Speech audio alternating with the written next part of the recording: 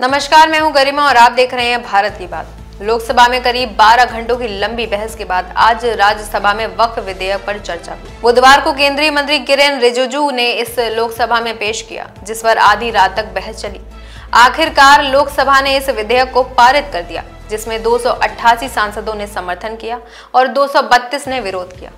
बुधवार को लोकसभा सत्र की शुरुआत हंगामेदार रही। कांग्रेस नेता गौरव गोगोई ने इस विधेयक का विरोध करते हुए कहा कि यह संविधान के मूल सिद्धांतों के खिलाफ है और अल्पसंख्यकों के अधिकारों को कमजोर करने की कोशिश है। उन्होंने सरकार पर अल्पसंख्यक समुदाय को निशाना बनाने और समाज में विभाजन करने का आरोप लगाया।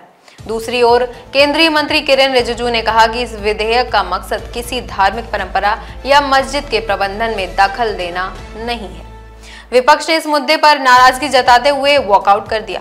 इसके बाद राज्यसभा में आव्रजन और विदेशी विधेयक 2025 पारित होने के बाद सदन की कार्यवाही पूरे दिन के लिए स्थगित कर दी गई। इस विधेयक के कुछ विवादित प्रावधान इस प्रकार हैं: गैर मुस्लिम को वक्फ बोर्ड का मुख्य अधिकारी बनने की अनुमति देना, राज्य सरकारों को वक्फ बोर्ड में कम से कम 2 गैर मुस्लिम समुदायों को शामिल करने का प्रावधान, जिला कलेक्टर को यह तय करने का अधिकार कि कोई संपत्ति वक्फ की है या सरकारी, उपयोगकर्ता द्वारा वक्फ की अवधारणा को खत्म करना, हर वक्फ संपत्ति को 6 महीने के भीतर एक केंद्रीय डेटाबेस में पंजीकृत कराना जरूरी, वक्फ संपत्ति विवादों पर न्यायाधिकरण के अंतिम फैसले का अधिकार खत्म करना। इन प्रावधानों के कारण कई लोग इस विधेयक का विरोध कर रहे हैं, क्योंकि उन्हें लगता है कि इससे वक्फ संपत्तियों पर सरकार का नियंत्रण बढ़ जाएगा और अल्पसंख्यक समुदायों के अधिकार कम हो सकते हैं।